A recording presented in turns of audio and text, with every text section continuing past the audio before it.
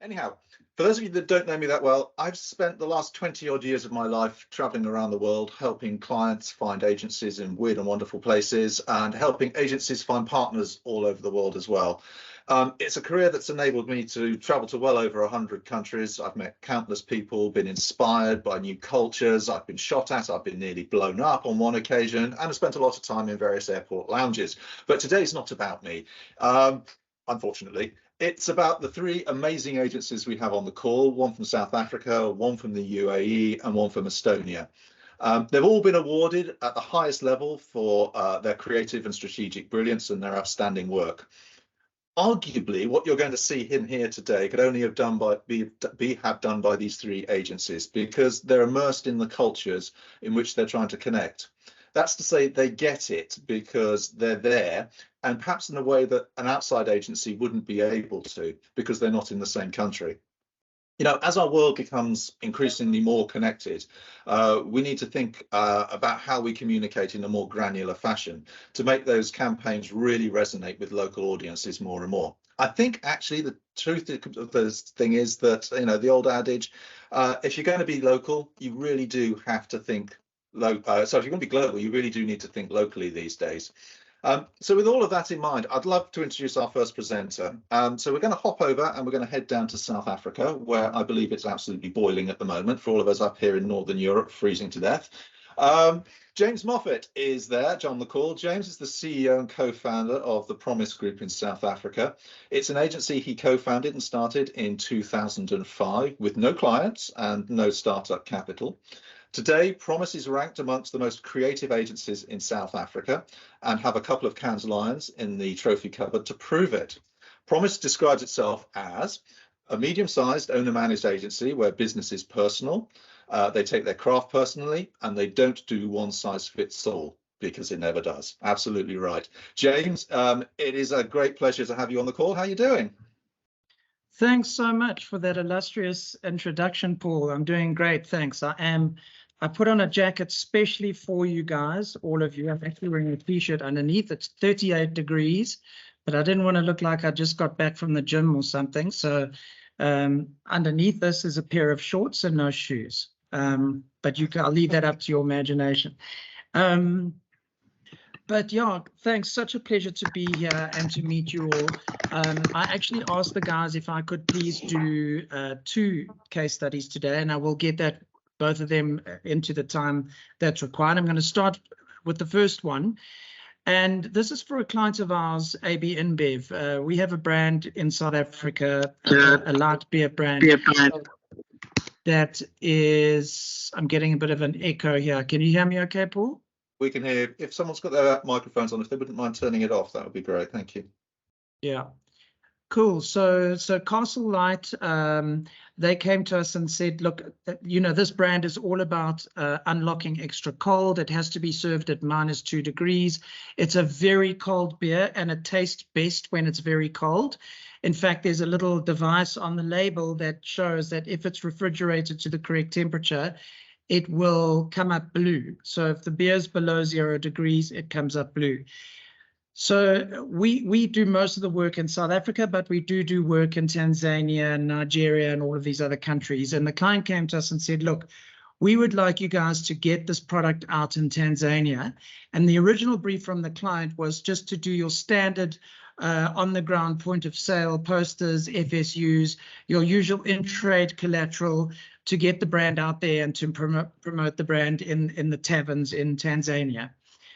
However, we flew up there, and as an agency, we believe in doing immersions and believe in really getting to grips with what the challenges are. And after we'd done some immersions, the data came back revealing that if we're going to sell our beer as extra cold, we're going to have a problem. Because in Tanzania, apart from the fact that electricity supply is somewhat sporadic occasionally, like it is in South Africa, it's also very expensive. So the taverns would switch off their fridges to save on electricity costs. And amazingly, many Africans don't mind drinking warm beer. It's just something they've become accustomed to. So this was a challenge that we had to find another solution for. And if you guys could play the case study, That'll be great. Thanks. Just give me 2 seconds.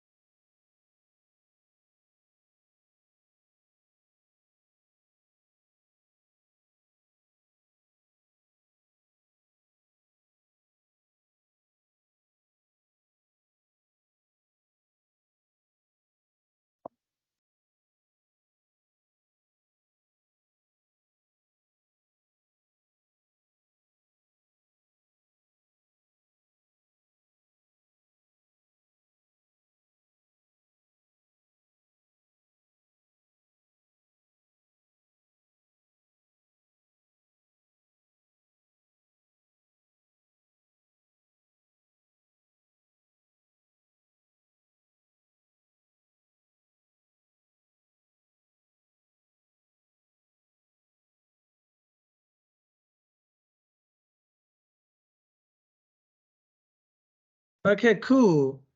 Rob, well done. I tell you, that's the smoothest video I have ever seen from this side of the world. Not one jitter, not one stutter. You need to share your secret with me, please. I'm just a genius, mate. Absolutely. So yeah, so guys, so that's what we did for Castle Light. I mean, it won gold, it won gold, silver and bronze at the one shows. It did extremely well globally in terms of the award front, but that wasn't the key thing for us. The key thing for us was it's become a model for our client AB InBev to use the same mechanism to roll out across other markets. And obviously, it's more pertinent to the Castle Light brand being extra cold refreshment, but tremendous innovation and something that we're very proud of and worked very, very well, as you can see from the results. So there's a distinctly African problem. You get a brief from a client. Oftentimes, they give you, what their marketing objectives are within a particular market, and we go there and we try and provide the best solution we can for it. But sometimes it's not an ad campaign. Sometimes it's something else. So that's what we did there. And just check my notes to see if before I move on to the next piece that I'm not missing anything. No, I'm not missing anything. Okay, so the next piece I'm going to show you, actually changed my mind right at the end. It was going to be another piece, which is amazing, which is rewritten history. Literally, the campaign will be, it's indelible. It's going to be permanently changed, the history books, and it's about apartheid scholars in South Africa being written back into history where they were completely written out before. And so that's a very interesting case study, but I decided to ditch that one for today and go with a piece for our client, AfriSam Cement. So AfriSam has been our client for 11 years. They're amazing clients, amazing people, very tough market, dealing with strong competition from one other key brand in the region, and also lots of cheap imports coming in from China and Nigeria. And you wouldn't think it would be sustainable to bring in cement because it's incredibly heavy, but somehow these guys find a way to flood the market. But yeah, it's the best quality cement in South Africa. And they do building materials as well. So to us, cement is so much more than the powder it initially appears to be. It enables lives, it builds communities and countries through the structures that cement pin up. I mean, it literally, if you were to go around and try and assess how much of the structures around you are built with cement, it's mind-boggling. And we live in a country where people who have very little means to build their own homes have to just do them themselves. They go to the local hardware store and they buy a couple of bags of cement and a couple of bricks, and they just do it themselves. And a lot of these people were promised homes by the South African government. They call it the RDP program, which is a reconstruction and development program. And they've been waiting for 30 years for an RDP house, and they don't have any RDP homes, and generations have been dying waiting for proper accommodation, living in shacks and whatnot. So we decided to democratize things for our client AfriSam. Again, it wasn't an ordinary brief. It was an ordinary brief rather. And we had to deal with the issue of people building their own homes without, I don't want to reveal too much, the case study will reveal all, but having these homes literally demolished because they're dangerous and they don't pass building plans. So this is another example of a distinctly South African solution for a South African problem. If you could hit go, Rob, and good luck to you on this one.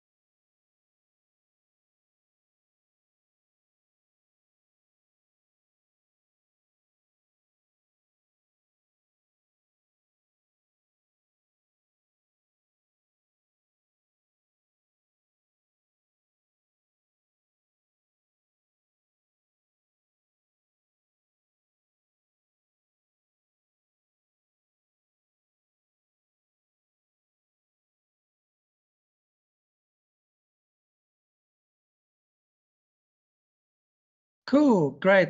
That was absolutely flawless, Rob. Yet again, we've got to get the secret from you.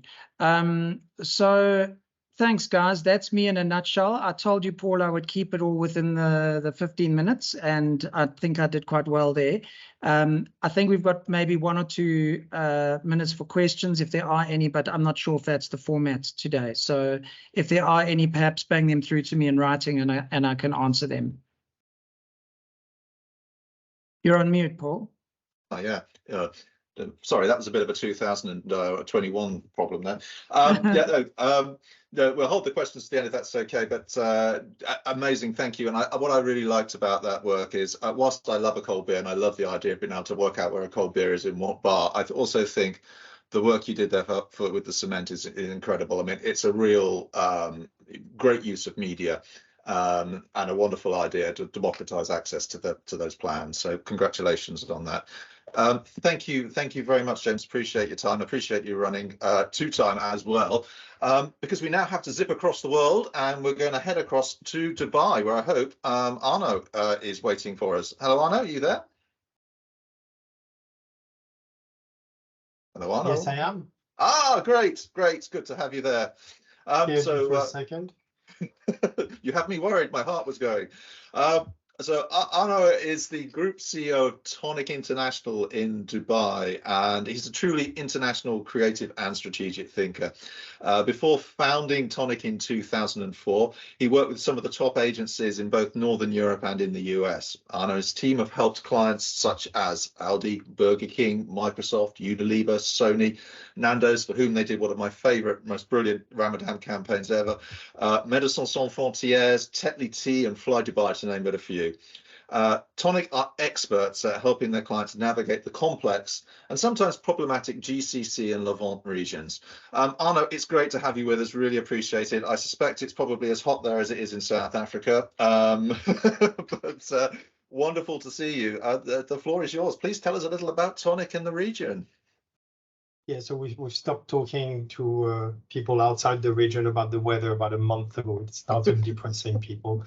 Tonic has been in the region for 20 years. Today, I'll show you some, nothing as really cool as what we've just seen, but really to start to understand the issues you face sometimes when you want to adapt a campaign to a different region.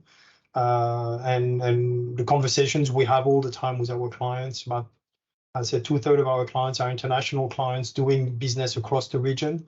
I'll share a wide range of clients. Some, most of this is traditional advertising because it's easier to explain. Hopefully the videos will work as well as they do from London, but let's try it from our side.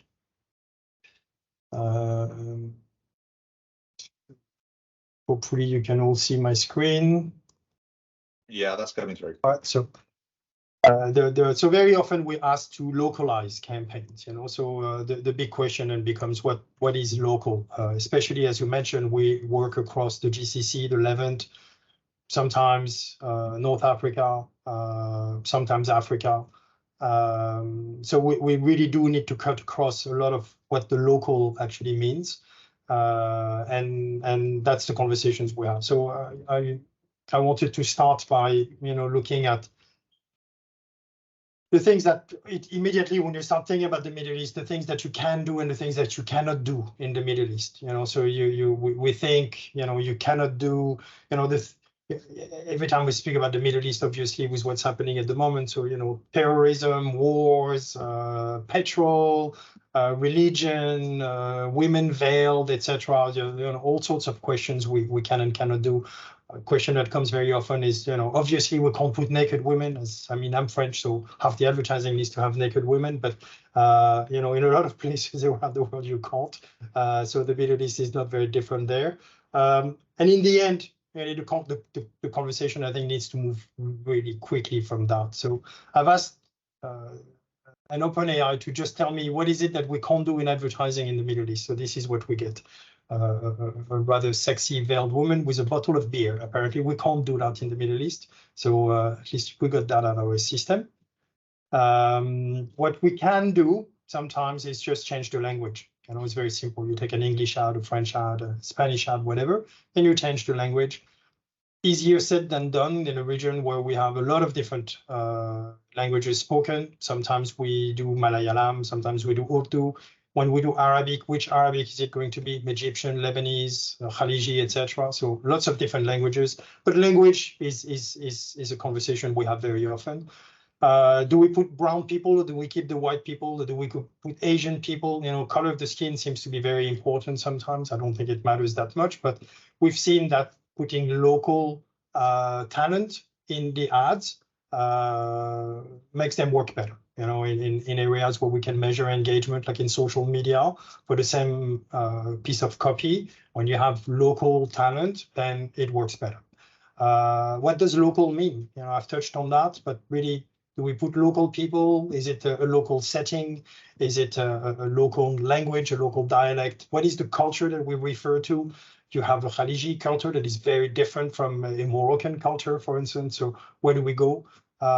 In the end, I think we leverage more human insights, and I think that's what helps us cut across everything that we do. So it's more human insight rather than cultural or local insight, but still keeping in mind what we can do and what we can't do. And I think that's really what I find interesting is understanding enough to know what you can do and where you can push, because really with knowledge, we get freedom to do things. So I'll start quite hard, but everything that I'll share with you now has run in media in the Middle East. So maybe not in Saudi, but it has run. So this one, I'm not sure what you guys are reading, but of course, you guessed it, there are 6 fantastic foam burst fragrances. So this is an ad for foam burst by PZ Cussen that run across GCC in magazines mostly. This is quite old already, probably about 15 years old. You know, it cleans everything but your mind. So it really, and there's a whole range of those. So we can't change the way you think, but we can definitely get you notice the ad. This one, still for PZ Cussen, this one from last year, where we can show women in a bathtub. It's completely normal. This one ran on social media for Imperial Leather. This was quite old. This was to launch Wonderbra in the Middle East at a time when you still had very strange habit of censors that would go through every single magazine and black out with a black magic marker what they thought was inappropriate. It could be Greek sculptures, it can be really strange things at times. Now, obviously, with Wonderbra, the guy got carried away. There's so much more to cover. But this is an ad that won a lot of international awards, and that did run in the region as well. And it was really interesting to see how we could poke fun of those censors at the time with an ad that we censored ourselves while actually representing the brand the way it should be. We say also you can't put dogs in advertising.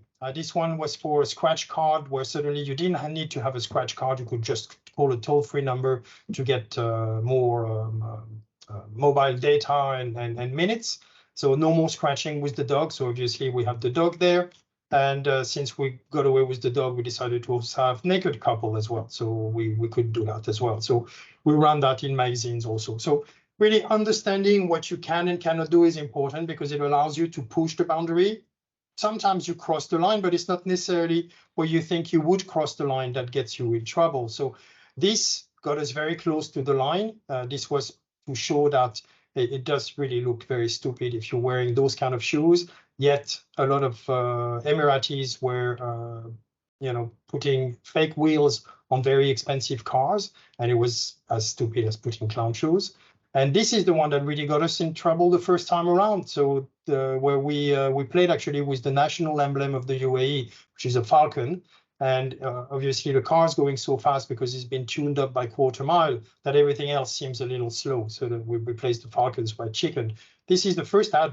I'm proud to say that we got banned in the UAE. So sometimes it's not necessarily the dogs or the girls or other things, but it's just a national symbol.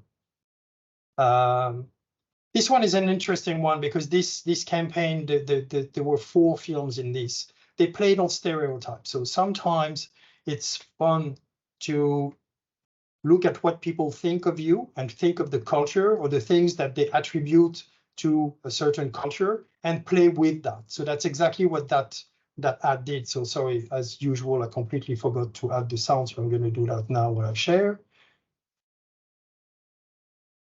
Put the sound, put this. Hopefully you can hear it.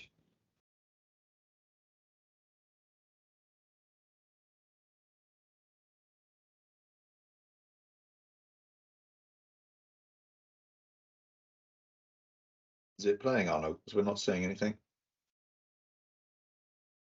Sorry, the sound is not playing? We nothing at all, I'm afraid. Nothing at all. Okay, so I should have done exactly, I should have sent everything to you guys so that you can play it. So let me try that again. So share.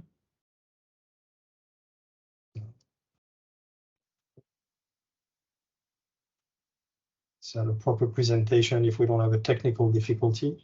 Absolutely. There we go. Wow, the Middle East. That is so cool. Do you guys like drive camels to work in the morning? Aren't camels the ones with the humps? Well, if you can afford them, then yeah. The richer you are, the more humps they get. Wow. Oh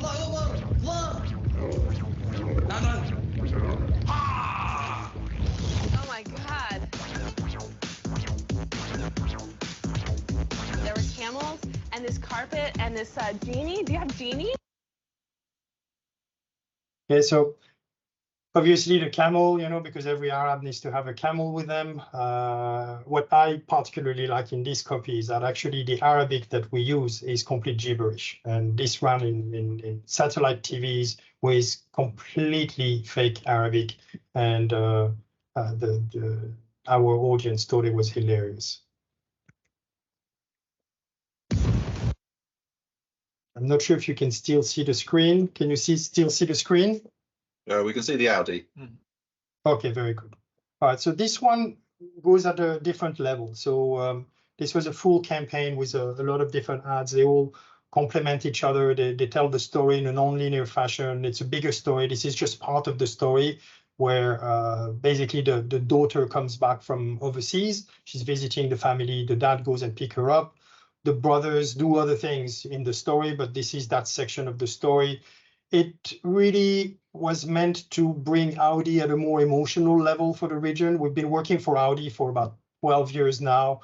At the time, we were really trying to bring Audi in a less technique, less cold, if you want, engineering world, and more into a more emotional world. And in the Middle East, family is extremely important.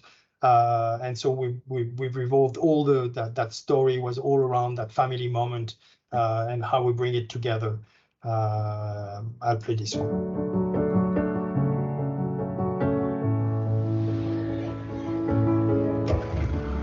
Was it worth it for the view?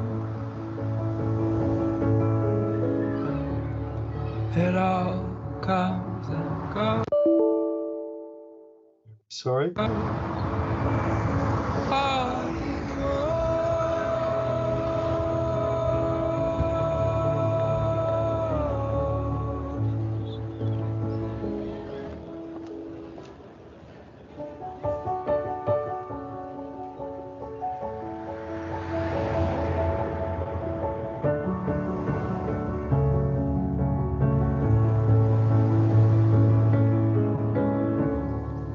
It all comes and goes.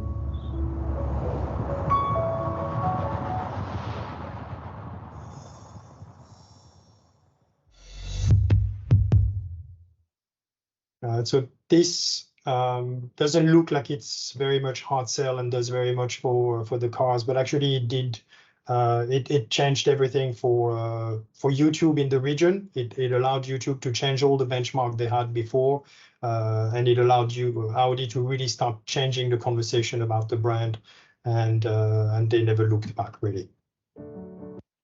This is to go back earlier to what I said about, you know, sometimes you just need to change the setting and take exactly the same story as what we get from Ingolstadt, from Audi in Germany, from the headquarters, and change the setting, change the models, find good locations that are similar to the ones we were given. But really, it's almost a frame by frame reshoot of an existing ad using some of the shots actually from the international copy. I'll show you some of that one. Yes, they are electric, but there is more to them. Going anywhere, they will take you far. They work while you recharge.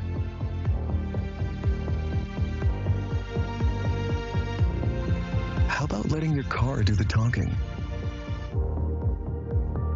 While you look back into the future thanks to their virtual side mirrors. Their horses perform in silence. and they're designed to share sunrises.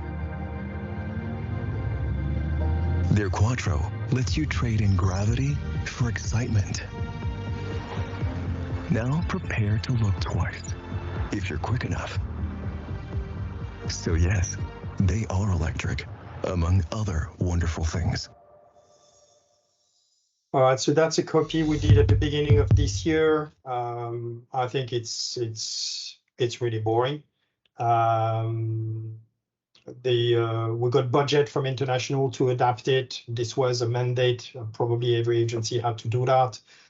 So we did this, but on the back of it, what we did is we created a lot of footage around that because we had amazing locations, we had very good talent, and we had a lot of production value that we could get out of that. So we ended up doing a lot of different copies using this shot. These shots and this shoot, both static and in films. And we actually, I think, created one of the best films we've done in a few years, because really, I think at the end of the day, what localization needs to start from, it needs to start from understanding the market and how different it is. So talking about electrification and how it charges and the range and all this is boring. And honestly, our audience doesn't care. They can all Google it if they want to.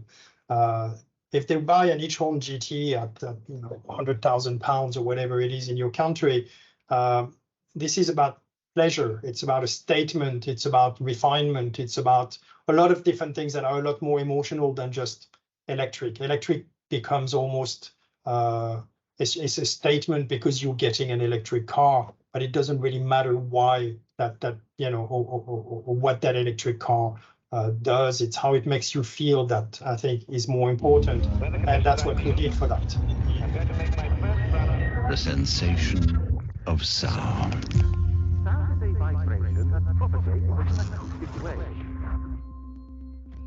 Increasing speed.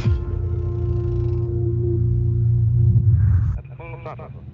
In space, there is no medium, no air, no sound. The sensation of sound could be the most overwhelming way of perception.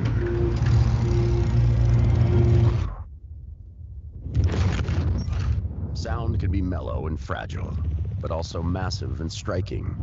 It can be deep and thrilling, fill rooms. An explosion. It can fill hearts. A car. And it has the power to shape the identity of a car, to make a sound work in every different state. When accelerating or braking, you need the right notes, just like in music. But unlike a song, the sound of a car is continuous. That is why Audi created its own unique sound for the new Audi RS e-tron on GT. Some hear a car. We hear the future. The future. And so that, I think, is a much more interesting conversation to have with our audience. And that's where we were. So really, for me, it always starts with really understanding the audience, understanding what we can and cannot do, and keep learning. Thank you, Arno. I think that's a great way to finish. And I think also one of the takeouts from that is what point I come back to at the beginning, which is actually really understanding at that very, very local level what, as you say, what you can, you can't do, where you can push those boundaries a little bit. Sometimes you get into trouble, sometimes you don't. But I think that's great. Lovely. Thank you so much for sharing that with us. Really appreciate it. It's great to have all your years of experience. Right, okay, we're going to zoom across now to Estonia, I hope, and Anna-Rupa. Anna-Rupa, are you there? Hello? Hey! Oh, we can't hear you. Oh, I think you're on mute. Can you hear me clearly now? Great, hello. So it's great to have you with us. So Anna-Rupa is the founder, I've got to read this, the founder and creative director of Optimist, creative in Estonia, and a new mum. So congratulations again. I hope we're not going to wake anybody up. In terms of population, Estonia may be a small country, but it certainly punches above its weight when it comes to creativity. Optimist is an agency. It's a collective of thinkers and problem solvers with offices in Germany, India, and Estonia who craft exceptional digital products and global brands. Anna Rupa here is one of the most awarded creative directors in the Baltic region, with a host of international awards to her name, Lions, Clios, Eurobest, etc. And today she's got the small task of explaining to us how creative thinking can change the world. So over to you, Anna Rupa. Hello, everyone. I hope you're having a very nice day wherever you are, mostly UK, I'm guessing. So let's jump straight into the case study, and then I'll tell you who I am and what our agency does. So Paul, do you want to play it from your end, the case study, or should I do it? We can play it here. I think, Rob, have you got it queued up?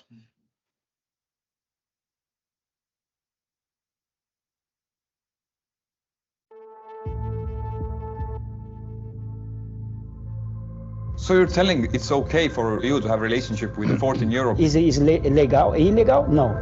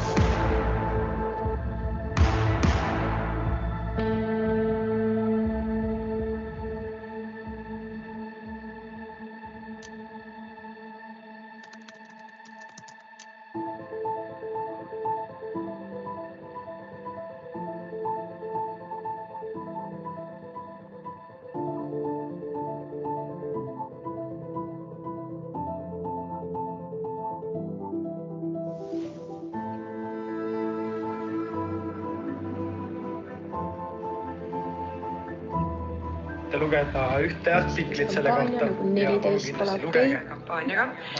Et tuuagi siis 14 ei ole okei, pedofiilia ei ole okei.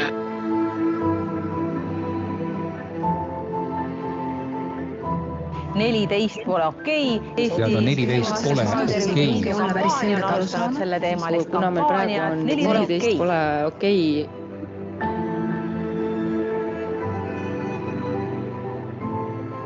Mina justiitsministrina, sotsiaalkaitseminister, siseminister ja haridus-teadusminister ja me otsustasime, et eapiiri tuleb tõsta.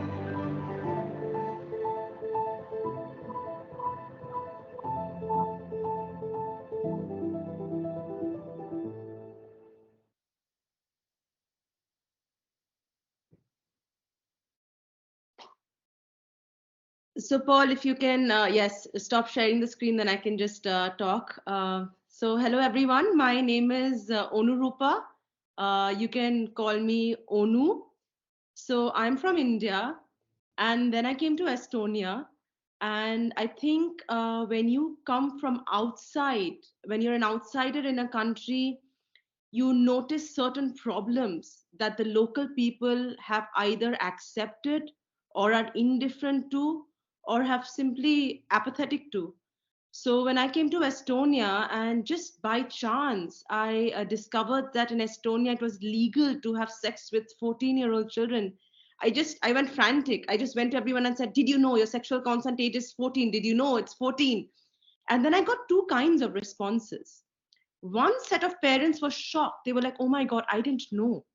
So some of the people didn't even know that legally 14 was the age of sexual consent. And then we had the other kind of people who were ultra liberal, or they thought they were ultra liberal, saying that, you know, we live in a very liberal society where 14-year-old people have the maturity to take sexual decisions. So I think from the day I discovered this, I made it my personal agenda to do something about this and to change the law. So I went back to my agency. So I'm from this agency called Optimist. And I think we really exemplify the meaning of the word, because Optimist was created during the 2012 recession, where there was no hope, no clients, no money, and 3 guys decided that let's open an agency in the worst times ever, and they called it Optimist. And again, we had a very dark situation. We had a society that was having sex with 14-year-old children and normalizing it, and we had to do something about it. So we had a big problem, and as most social problems have the same problem, that we didn't have a budget. So we got in touch with the Sexual Health Association, and they said, yes, we've been trying to change the law for almost 15 years. And I mean, every time there is a case of sexual abuse with a child or with a 14-year-old, you know, it gets big news, everyone's talking about it, and then it just dies and nothing gets done. So yeah, this is the scene that the wheels of justice and societal thinking is not changing. So we tried to dig deeper, that what is the problem? Why do people think it's okay to have sex with 14-year-old children? Then we realized that people don't realize they're children. That's the problem. People are thinking of 14-year-olds as people with maturity. So we have to make the society realize it's a child, it's a baby. And the best and most strategic way of doing it is to actually show a 14-year-old child. All these cases of sexual abuse or all these affairs or relationships that were happening, they weren't really happening out in the open. So no one ever saw the victim. So we decided we had to show a 14-year-old child in a relationship with an adult and normalize it, to show how ridiculous the society is right now. But if we did an ad campaign, we knew it wouldn't have the same impact. So what we did was we chose the most, let's say, spicy tabloid newspaper, sort of like The Sun in UK. So we chose this tabloid newspaper and we wrote this almost disgusting tabloid style relationship article. I'm just going to share my screen. One second. Just give me one sec, please. There are like so many tabs.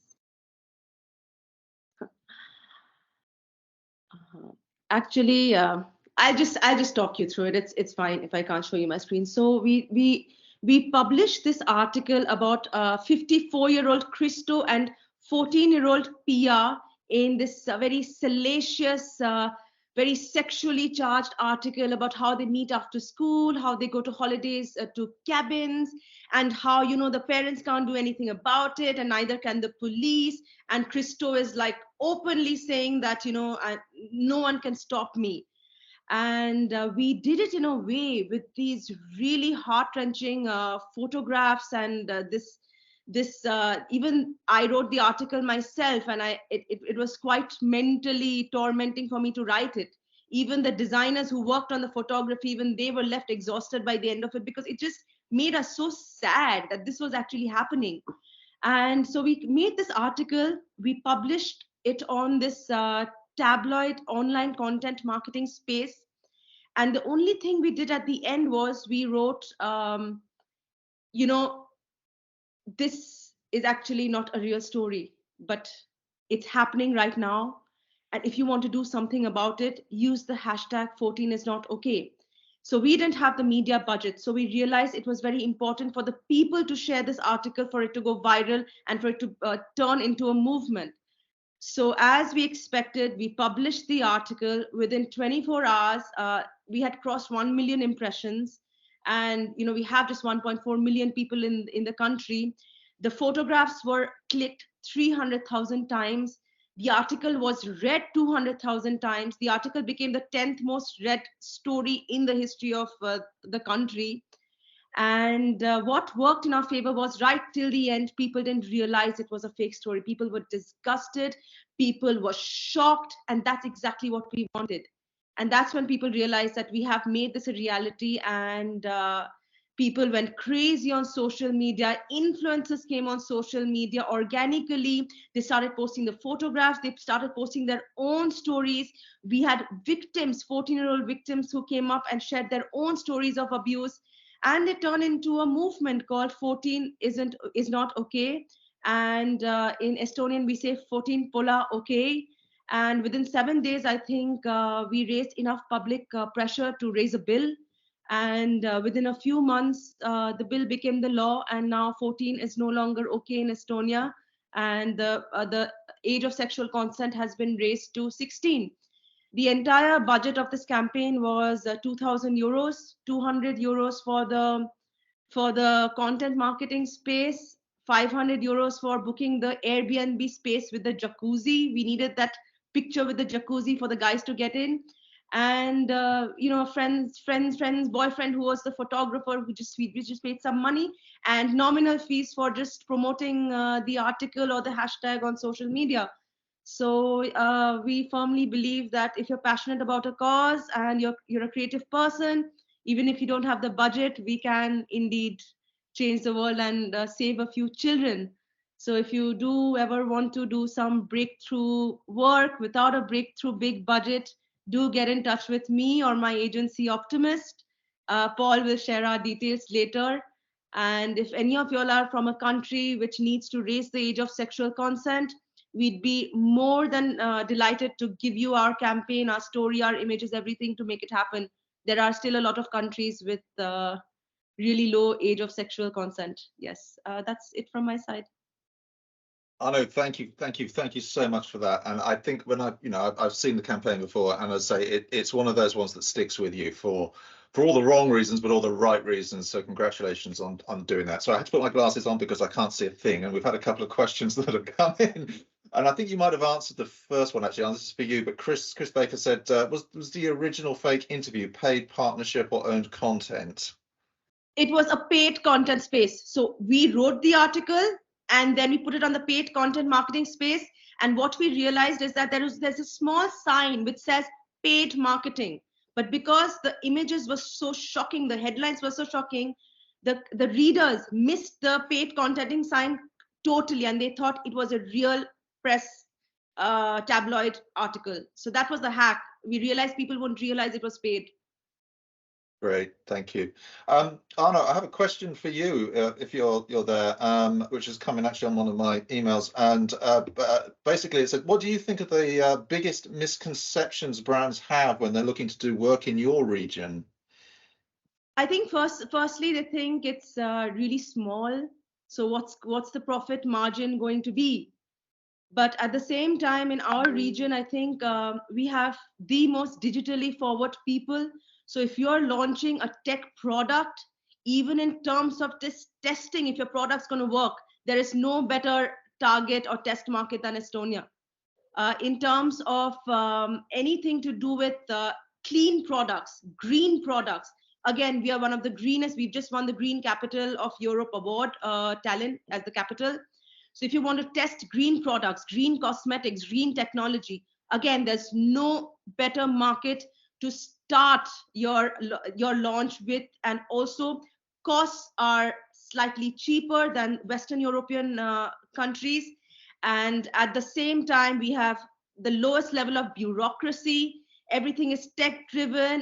You have marketing costs are cheaper. You have great production houses, great talent. So it's small, but like an atom bomb, quite powerful. Great, thank you very much, Anu. James, I have a question for you that's come in, and it said, you there? It says, you run a big agency. What are the challenges you face day to day in South Africa? Hello, James. How's it, Paul? I am here indeed.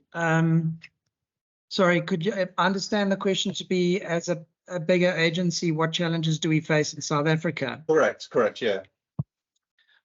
Wow, I mean, the list is long. You know, they say South Africa is the entry point into the African continent, which it is.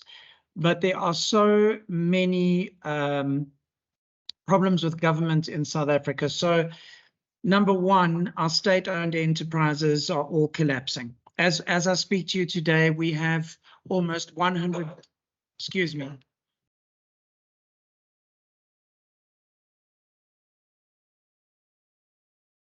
I think we have a random pet.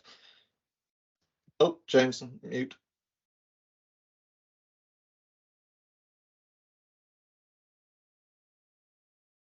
Sorry, guys. I've got 5 dogs. Okay, so we have currently 100 ships docked off the port of Durban and many more down further down the coast, because the state-owned Transnet, which manages our ports, is in a shambles. That is due to the ANC, the ruling government party's policy of cadre deployment, which means to say they don't put best of breed people in positions to run businesses. It's all about who's connected to who. And in some instances, they do put people with the right skills in, but it's the exception, not the norm. So another very serious example of the collapse of state-owned enterprises is the collapse of Eskom, which is our electricity generating firm. Eskom in the mid-90s was awarded the world's greatest power production company with the cheapest electricity and the highest levels of efficiency in the world. Eskom has collapsed. South African Airways has collapsed. Everything has basically collapsed from a government perspective. But what's exciting about South Africa is business and the private sector. That is what is keeping everything going. And we have a very strong private sector, which is actually keeping the country afloat and pays most of the taxes. And we also have a very free press in South Africa. So if you go north to our neighboring countries like Zimbabwe, there's no free press whatsoever. There's no democracy whatsoever. So, I mean, here we have so many pluses, but lots of challenges from that point of view. And what does it mean? Load shedding, we call it. It means today I've literally got an app, and I hope Paul will know this all too well. It's called ESP, which stands for Eskom Se Push. Push is a rude word that comes from another word, which I won't repeat here. And you can see on my app, where is it? So it's probably reversed, but you can see it tells me in my suburb that we're going to lose power from 6 p.m. to 8 p.m. And hats off to the government for being very efficient with load shedding. So it's not like it just goes off and you're left hanging. We know exactly how many times a day we're going to lose power and for how long. So, you know, that's opened up all sorts of opportunities for renewables, solar power, etc. And those guys, they're making so much money at the moment. It is insane. So, yeah, those are some of the challenges. I could go on and on, but I don't want to talk too much about crime and potholes and things like that. No, great. And we've just got a few minutes left. So, Arno, I had one question for you, if you're still on the line. I'm here. Okay, one of the audiences, what does it take to be a successful agency in the UAE today? I think this sort of in the broader context as well. I think it takes exactly the same it takes in any other market. I have a lot of friends who run agencies around the world. We all seem to have the same problems, the same issues over and over. Great, I think, is good. You know, if you're still failing, then maybe it's not the end of the story. You should try again. Now, if you keep failing all the time, maybe there's a problem. You should rethink your life. But for us, it's been. I can really only speak for what we've gone through. We were very clear from the get-go what we stood for. We stuck to our guns. We've had massive crises. We've been around 20 years, so you can imagine 2008, 2009, 2015 was interesting. But just stuck to our guns and to what we believe was right for our clients, what we were bringing at the table compared to what the other agencies were bringing. And I think at the end of the day, I really liked what we heard from James earlier, that it's not one size fits all. I think that's the big problem with a lot of network agencies, that they think that their model is the way for every single client. I think every single client is different. Really understanding their business, really understanding their consumers, and how communication can help them achieve their business objectives. I think that's really it's very basic. But I think a lot of agencies forget about this. At the end of the day, we're really there to, and in our part of the world, because we work with a lot of international clients, very often we function almost as an in-house marketing department because they don't have the local resources. We have a lot of clients, like I was showing cases on Cousins, for instance. Cousins does not have an office in the Middle East. And we have a few clients like that who don't have offices in the Middle East at all. And we work very well with them.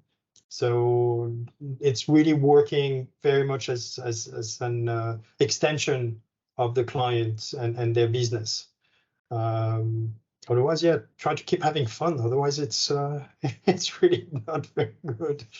I think that's a great one to finish on, actually. And I think we to have fun in what we do is all important. And I think we've I'd like to thank you all so much for your contributions today, because we've gone from everything from providing cold beer, making car ads, to changing the world in Estonia and the law. And I think all of this is equally wonderful, equally valid, but the contribution you all make is amazing. So thank you all so much. We're out of time, but I could talk for so much longer with you. It's been inspirational. If anyone wants to reach out to the presenters on today's call, please let me know. I'm happy to connect you with them.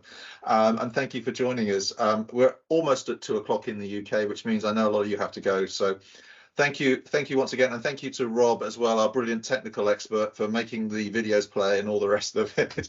But thanks everyone, and we'll speak to you all soon.